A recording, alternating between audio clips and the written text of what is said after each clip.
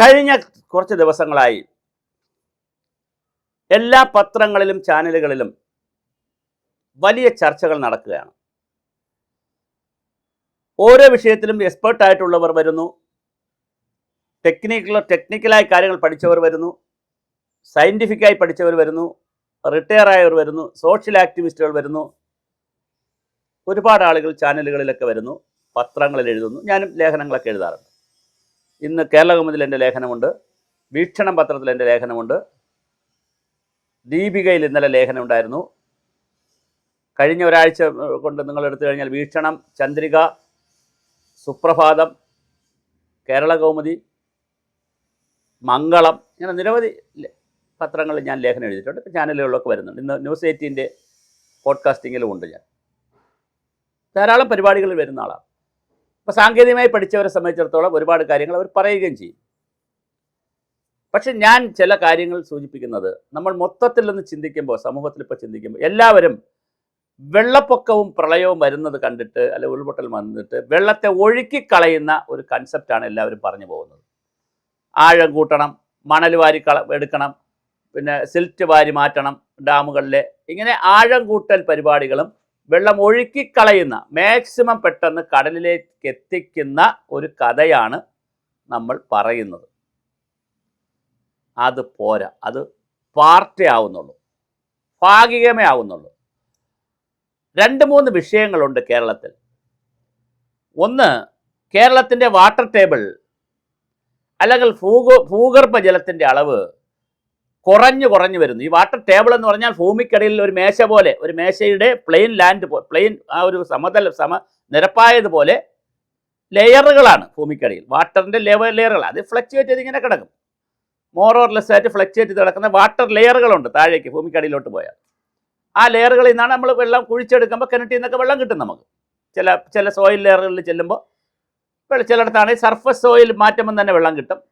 തീരത്തൊക്കെ ചെല്ലുമ്പോൾ കുറച്ചുകൂടെ കുഴിച്ചാൽ ആ ലെയറിലായിരിക്കും വെള്ളം കിടക്കുന്നത്. കുറച്ചുകൂടെ ചെല്ലുമ്പോൾ ആ ലെയറിൽ, ഇങ്ങനെ പല ചിലപ്പോൾ പാറയുടെ ലെയറിൽ പോയാലേ വെള്ളം കിട്ടത്തുള്ളൂ. ചിലയിടത്ത് പാറയും കുഴിച്ച് പോയാലേ, വെടിവെച്ചൊക്കെ പോയാൽ, അങ്ങനെ പല ലെയറിലാണ് ഇത് കിടക്കുന്നത്. ആ ലെയറിനെ പറയുന്ന പേരാണ് ടേബിൾ. ഒരു സമതമായിട്ട് കിടക്കുന്ന, ഒരേ നിരപ്പിൽ കിടക്കുന്നു എന്നുള്ള കൺസെപ്റ്റാണ്, അല്ലാതെ കറക്റ്റായിട്ടൊരു മേശ അവരും അവിടെ വെച്ചിട്ടില്ല ഭൂമിക്കടിയിൽ കൊണ്ട്. അപ്പോൾ ആ വാട്ടർ ടേബിൾ താഴുന്നു എന്നുള്ളത് കേരളത്തെ സംബന്ധിച്ച് വേനൽക്കാലത്ത് വലിയൊരു വിഷയമാണ്. ഇനി മഴക്കാലത്ത് നമ്മൾ ഒരുപാട് വെള്ളം കയറ്റി പുഴകളിലൂടെയും തോടുകളിലൂടെയും ഒരു തുള്ളി വെള്ളവും കരയിൽ പിടിക്കാതെ കടലിലേക്ക് പറഞ്ഞു വിടാൻ ശ്രമിച്ചാൽ, ഒരുപാട് ആഴം നദി കൂട്ടിയാൽ, ഒരുപാടാണേ, ആഴം കൂട്ടരുതെന്നല്ല ഞാൻ പറയുന്നത്, ഒരുപാട് ആഴം കൂട്ടിയാൽ ആ നദീതടത്തിലെ കിണറിലെയും പിന്നെ മണ്ണിലെയും വെള്ളം എല്ലാം കൂടി സ്ലോപ്പ് നദിയിലായതുകൊണ്ട് അങ്ങോട്ട് വരും. അതും കൂടി വന്ന് മഴക്കാലത്ത് നമ്മൾ ഒഴുക്കിക്കളയുന്ന വെള്ളവും പോകും. മഴ കുറയുമ്പോൾ ബാക്കി വരുന്ന നീരൊഴുക്കൂടെ അകത്ത് വന്ന് അതും പോകുമ്പോൾ മണ്ണിലും കിണറ്റിലും കുളത്തിലും ഒരു വെള്ളവും കാണത്തില്ല. വലിയ വരൾച്ചയായിരിക്കും വരുന്നത്. ഇനി ഇത് കടലിലേക്ക് വിടാൻ ശ്രമിക്കുക, മഴക്കാലത്ത് കടലിലേക്ക് വിടാൻ ശ്രമിക്കുമ്പോൾ വേലിയേറ്റം കൂടി ഉണ്ടായി നിൽക്കുകയാണെങ്കിൽ, വേലിയിറക്കം സമയത്ത് കൃത്യമായി നടക്കാത്ത സാഹചര്യം, ടൈഡൽ വേവ്സിൻ്റെ പിന്നെ വേലിയിറക്ക വെള്ളത്തിൻ്റെ അവസ്ഥയും കൂടി താഴേക്ക് വരികയാണെങ്കിൽ, അല്ല അതിൻ്റെ ഒരു അവസ്ഥയും കൂടെ വരികയാണെങ്കിൽ, വെള്ളം വലിഞ്ഞു പോകണമെന്നില്ല പെട്ടെന്ന്.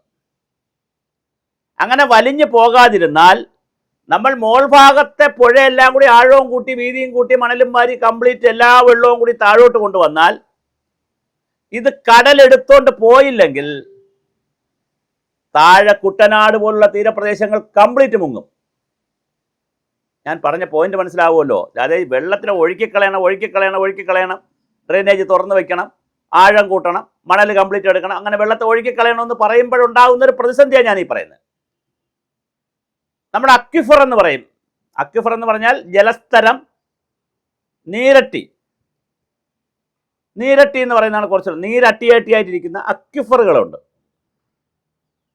ഈ ഭൂഗർഭത്തിലേക്ക് പോകുമ്പോൾ ജിയോളജിക്കലി പറയുന്ന ടേമാണ് അക്വിഫർ. അതിന് പറയുന്ന മറ്റൊരു പേരാണ് നീരട്ടി. ഇതും വലിയ കോംപ്ലിക്കേഷനിലേക്ക് പോയിക്കൊണ്ടിരിക്കുകയാണ്. മാത്രമല്ല അതിനെ സംബന്ധിച്ച് നമുക്ക് ഒരുപാട് അജ്ഞതയുണ്ട്. നീരട്ടിയുടെ സർവേ, അക്വിഫർ സർവേ നമ്മൾ നടത്തേണ്ടതാണ്. ഇപ്പൊ വയനാട് ഉരുൾപൊട്ടലുണ്ടായി.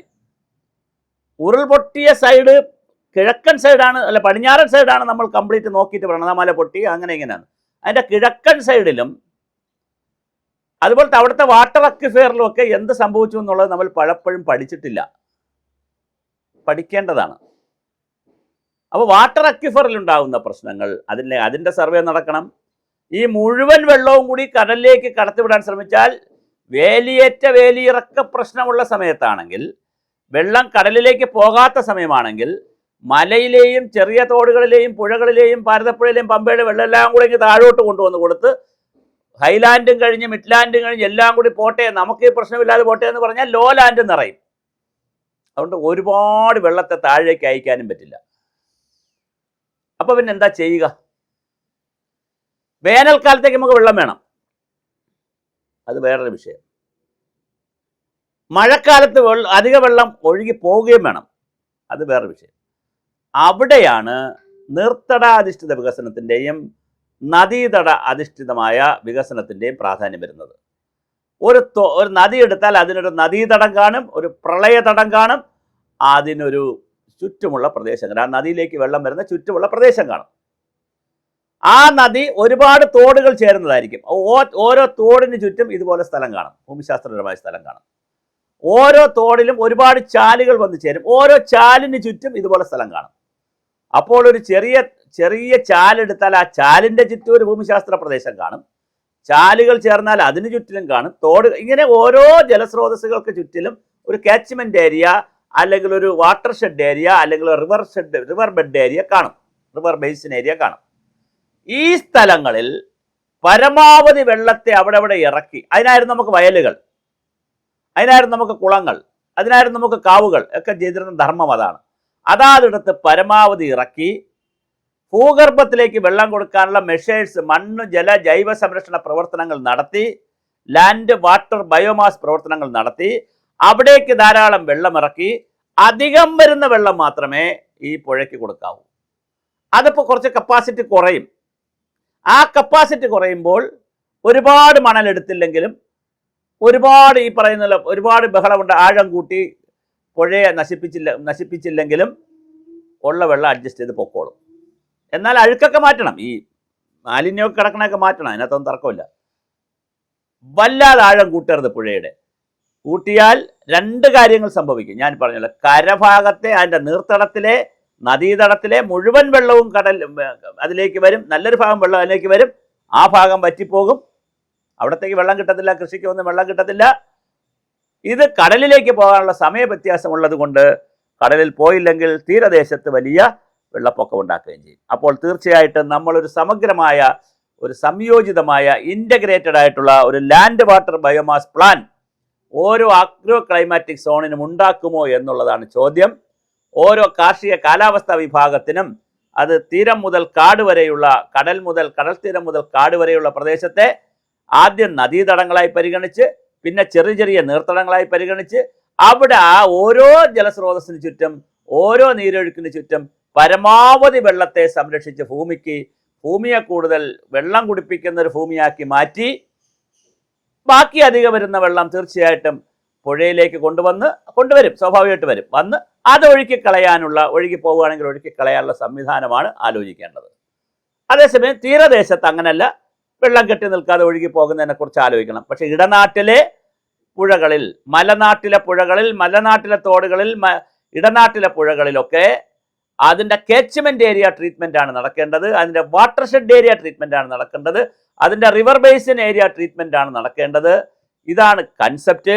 ഇത് അശാസ്ത്രീയമായിട്ടാണ് നമ്മൾ ചെയ്യുന്നതെങ്കിൽ മഴക്കാലത്ത് വെള്ളം ഒരുപാട് എടുത്തു പോവുകയും ചെയ്യും, മഴ കഴിഞ്ഞാൽ വേനലിലേക്ക് പോവുകയും ചെയ്യും, വരൾച്ചയിലേക്കും ജലക്ഷാമത്തിലേക്ക് പോകും. അതുകൊണ്ട് ഓരോ പഞ്ചായത്തുകളും പഞ്ചായത്ത് തല വിഭവ ഭൂപടം എല്ലാ പഞ്ചായത്തിലും തയ്യാറാക്കി കൊടുത്തിട്ടുണ്ട്. നീർത്തടാധിഷ്ഠിത മാസ്റ്റർ പ്ലാൻ എല്ലാ ബ്ലോക്കുകളിലുമുണ്ട്.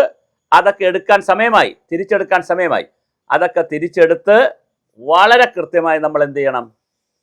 വളരെ കൃത്യമായി നമുക്ക് ഓരോ പഞ്ചായത്തിലും ഈ കാര്യങ്ങൾ ചെയ്ത് പരമാവധി ജലസംരക്ഷണം നടത്തി അധികം വരുന്ന ജലത്തെ ഒഴുക്കിക്കളയുന്ന സംവിധാനമുണ്ടാക്കി, മാലിന്യ സംസ്കരണത്തിൽ ഒരു ധാരണയുണ്ടാക്കി, നമ്മുടെ തോടുകളെയും പുഴകളെയും ഒക്കെ ലൈവാക്കി നിർത്തുന്നതിനെക്കുറിച്ച് വേണം നമ്മൾ ചിന്തിക്കാൻ. അങ്ങനെ ചിന്തിച്ചില്ലെങ്കിൽ വെളുക്കാൻ തേക്കുന്നത് പാണ്ടാകും. ഒറ്റമൂലി പ്രയോഗമെന്ന് പറഞ്ഞാൽ അത് ചെയ്യരുത്. ഞാൻ പല പത്രങ്ങളിലും ചാനലുകളിലൊക്കെ പല വിദഗ്ധരും പല രൂപത്തിലൊക്കെ പറഞ്ഞിരിക്കുന്നത് കൊണ്ട് പറഞ്ഞതാണ്. ഹോളിസ്റ്റിക്കായി നമ്മൾ കാണണം. നമ്മൾ ആരെയും കുറ്റം പറയാനോ അല്ലെങ്കിൽ തെറ്റ് പറയാനോ ഒന്നുമില്ല. ആര് പറഞ്ഞാൽ ശരി തെറ്റല്ല പറയുന്നത്. വളരെ ഒരുപക്ഷെ അവരത് പറഞ്ഞും കാണും. ഈ പറഞ്ഞ എക്സ്പേർട്ടുകളൊക്കെ അത് പറഞ്ഞും കാണും. ഈ വരുമ്പോൾ ഈ ചാനലുകളിലും പത്രങ്ങളിലൊക്കെ വരുമ്പോൾ പറയുന്ന ഫുൾ വരണമെന്നില്ലല്ലോ. കാരണം നമ്മൾ എഴുതി കൊടുക്കുന്ന ഫുൾ വരണം, കുറച്ച് എഡിറ്റൊക്കെ വരുമല്ലോ. അപ്പോൾ അതുകൊണ്ടായിരിക്കും. അതുകൊണ്ട് സമഗ്രമായിട്ടുള്ള ഒരു ലാൻഡ് വാട്ടർ ബയോമാസ് പ്ലാനാണ് വേണ്ടത്. ഒരു ബയോഡൈവേഴ്സിറ്റി പ്ലാനാണ് വേണ്ടത്. ആ പ്ലാൻ കൃത്യമായി റിസോഴ്സ് ബേസ്ഡ് ആയിരിക്കണം. അത് വളരെ കൃത്യമായി മൈക്രോ ലെവൽ മുതൽ മെഗാ ലെവൽ വരെയുള്ള മാക്രോ ലെവൽ വരെയുള്ള വാട്ടർ ഷെഡിൻ്റെ അടിസ്ഥാനത്തിൽ അല്ലെങ്കിൽ റിവർ ബേസിൻ്റെ അടിസ്ഥാനത്തിലുള്ള പ്ലാനുകളായിരിക്കണം. ഇത് വളരെ സയൻറ്റിഫിക്കായ ഒരു വീഡിയോ ആണ്. എല്ലാ പഞ്ചായത്തുകളും ദയവായി ഉദ്യോഗസ്ഥരും രാഷ്ട്രീയ നേതൃത്വവും നിങ്ങൾ എത്ര സമയമില്ലെങ്കിലും ഈ വീഡിയോ കാണണം. നിങ്ങൾ ഇതിൽ പറയുന്ന കാര്യങ്ങൾ ദയവായി ഒന്ന് നിങ്ങളുടെ നാട്ടിൽ ചർച്ചയ്ക്ക് വെക്കണം.